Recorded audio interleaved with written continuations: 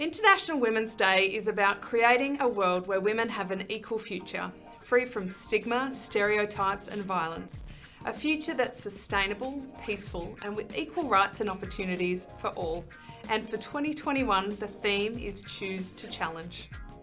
Hello and welcome, I'm Katie Bates here for AusCycling and we're here to celebrate International Women's Day. I'll be chatting to some superwomen of the sport here in Australia, from world-beating athletes to the local club legends who are really the heartbeat of the cycling community. For the first time, AusCycling has been united under one organisation for all cycling disciplines and for all clubs.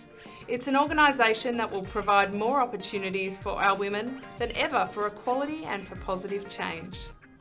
Our first guest today is Marne Fechner. She's the CEO of AusCycling, who is tasked with catapulting cycling forward to make Australia a nation of bike riders, to be advocates for rider safety, to build stronger club communities, to increase participation, and maybe even develop some Olympic gold medalists along the way.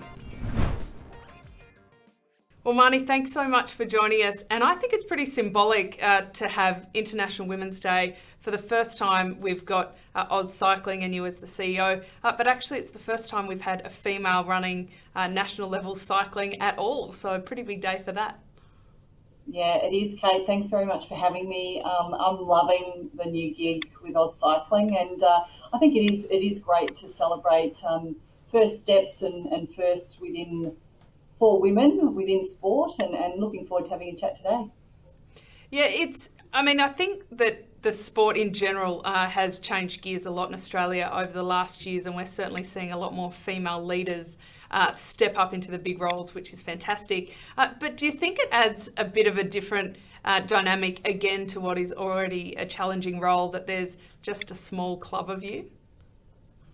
Oh, look, I think it is, but I think what we're seeing is a really collegiate approach to addressing this issue of a lack of female leadership at CEO level of national sporting organisations and state sporting organisations. So I think my colleagues have definitely been hugely supportive. I think there's a way to go. We've got a great group of women that are involved, and I think hopefully we're showing and leading the way that it can be done, it is possible, and I think that we can do that collectively as a system. Well, Marne, you've come from netball, and we've seen some incredible things happen in netball, from big broadcast deals to the sport really stepping forward to be a bit more legitimised, I guess you could say, and very more mainstream in Australia. What do you think the steps are to get cycling there? Because I'd love to see cycling on the TV just as much as we're seeing netball now and our football codes. Look, it's a really interesting question, Kate, and it starts with really the work that AusCycling and cycling in this country has done in coming together with a major governance reform, and it's about all of the building blocks. So we have great athletes, we have residents in community. I think that what we've seen over COVID is a huge spike in the number of people getting out and riding their bikes. So it's taking all of those elements and building that great base, building audience bases and fans. And I think that there is no question that can happen in cycling, and I'm looking forward to being part of that journey as we start to build that. I know that sports like netball have a much broader female participation base, but I saw a great statistic from AusCycling that while 79% of your members are male, so only 21% female, that actually women are far more likely to join with a family membership and thus also bring the kids along to ride. I mean, I feel like that must be a pretty important pillar for you guys in the participation space to really get families involved.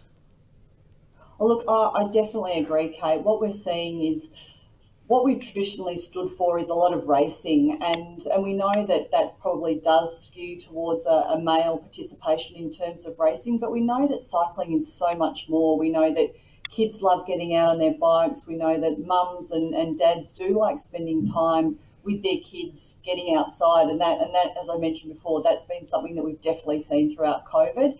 And what we're aiming to do is, keep that moving and keep the family out and about, off screens, outside. So it's definitely something that's there, but it's how do we as AusCycling make sure that the offering that we're making to our community is relevant and that women see themselves reflected in our organisation as much as men do. Yeah, I know that AusCycling has some programs that are specifically aimed at getting women involved, not only actually on bikes and from participation, but also through coaching and leadership. Can you tell us a bit more about that? Yeah, look, it's an emerging area, Kate, and something that's really important. I think that we've had a conversation over a number of years that there are not enough female coaches in our environment, and if you can't be what you can't see. So part of our Australian cycling team and our coaches there are doing some work that's actually helping focus on providing opportunities for women to develop their skills in coaching and leadership and building their confidence. Because I think once you start to build that confidence and you know that you can do it, and women are notoriously bad at thinking that they can do things, we'll start to see more numbers coming through our coaching ranks and our participation ranks. So we know that women play a really significant role in particularly family and household decisions, and what they're comfortable with their kids doing and how they participate. So I think it's a fantastic initiative to get more women involved in cycling coaching. We have launched a new program in the last 12 months called Ride Nation, and that's really about celebrating the fact that we want every child in Australia and every Australian to pick up a bike and feel safe and confident on it. So programs like Ride Nation and our focus on coaching and women in our communities are going to be really foundations for growing that female participation base and encouraging everyone to get out there and on a bike. Yeah, it's interesting, isn't it, how in so many ways COVID kind of signalled people being stuck inside, but for cycling it's seen so many people pick up a bike that maybe never would have done that before. But I've got to ask, have you got yourself a bike yet? I've got my old triathlon bike, and I've got my I suppose it's a hybrid bike, and my old tri bike has seen better days. So I think I'm in the very long queue of people that are trying to purchase a new bike, and so I can get back out on the road. I've done a lot of spinning, and I think a lot of people have on Swift, and getting back out and onto the bike. So I did the Great Big Bike Ride a couple of years ago with my daughter, and that was absolutely fantastic. So hopefully we can get back out there, and definitely something that I'm planning to put into my fitness regime in more than I have in previous years. Well, there are some pretty great events out there, some grand fondos, and maybe we'll entice you into the gravel a little bit and get that going. Marnie, listen, to continue to advocate for women's equality, we really do need a woman at every table where the decisions are being made. Do you feel like that's happening, and really women are really starting to become key stakeholders at that level in the decision-making process? Look, I think the answer is yes, we're starting to see movement. We've had Josephine Suker take up the new chair of the Australian Sports Commission, which is really exciting. I think initiatives that Liz led, Champions of Change, of which there's a sport, male Champions of Change for sport, all of those initiatives are starting to see real movement. Are we at the level that we would want to? No, I don't think we are. But I think we're on a journey. It's recognised. It's part of the conscious decision-making process that diversity, whether that be male, gender, or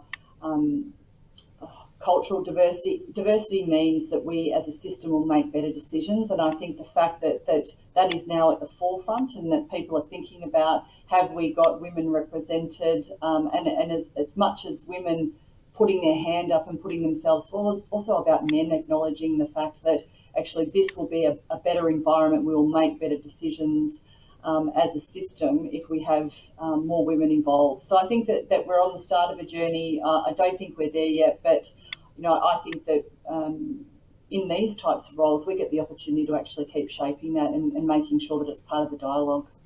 Yeah, I mean, I know that governance isn't a particularly sexy term, is it? But making sure that is robust certainly helps the women with more equal opportunities and equality across the board. Marnie, thank you so much for joining us today. And we'll have to check in this time next year to see how your first year in the job has been, and seeing how many bikes you've managed to accumulate. Because in cycling, the perfect number of bikes is N+1.